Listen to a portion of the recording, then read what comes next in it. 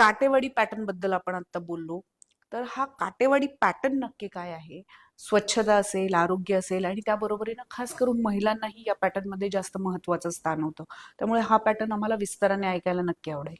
ग्राम स्वच्छता अभियानाची चळवळ महाराष्ट्रामध्ये सुरू झाल्यानंतर मलाही आपल्या घरापासून ह्या गोष्टी करायची इच्छा झाली आणि आम्ही असंच ठरवलं की आपण काटेवाडीपासून ग्रामस्वच्छतेची सुरुवात करूया. पण ग्रामस्वच्छतेची सुरुवात करत असताना आम्ही जेव्हा आमच्या गावाचा सर्वे केला तेव्हा अशा लक्षात आलं की माझ्या गावामध्ये 80% लोकांकडे शौचालय नाही. आणि त्याच दरम्यान केंद्र सरकारची निर्मल ग्राम योजना जी की सॅनिटेशन वरती काम करायची ती सुरू होती. आणि मग आम्ही संत गाडगे महाराज स्वच्छता अभियान जरा बाजूला ठेवलं आणि निर्मल ग्राम योजना सुरू केली, जिच्यामुळे की आमच्या गावामध्ये 100% शौचालय आम्ही केली.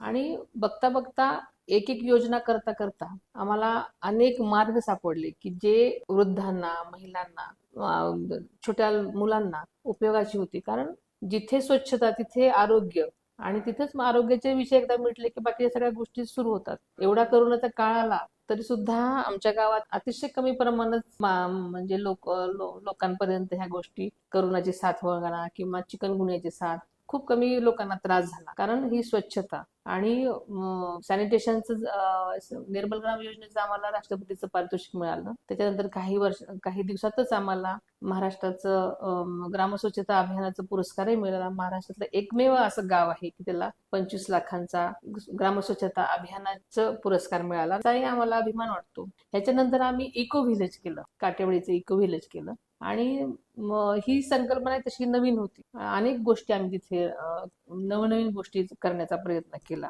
आपल्याला माहिती आहे की प्रदूषण फक्त धुरानेच होत नाही किंवा बाकीच्या प्लास्टिकच होत नाही, तर शेतात पिकांवर मारलेल्या औषधांनीही होतं, जंतुनाशकांनीही होतं, गुरांच्या गोठ्यामध्येही होतं. तर फक्त प्रदूषण हे शहरांमध्येच नसतं, ते खेड्यापाड्यांमध्ये सुद्धा असतं. तर वरती आम्ही काम केलं.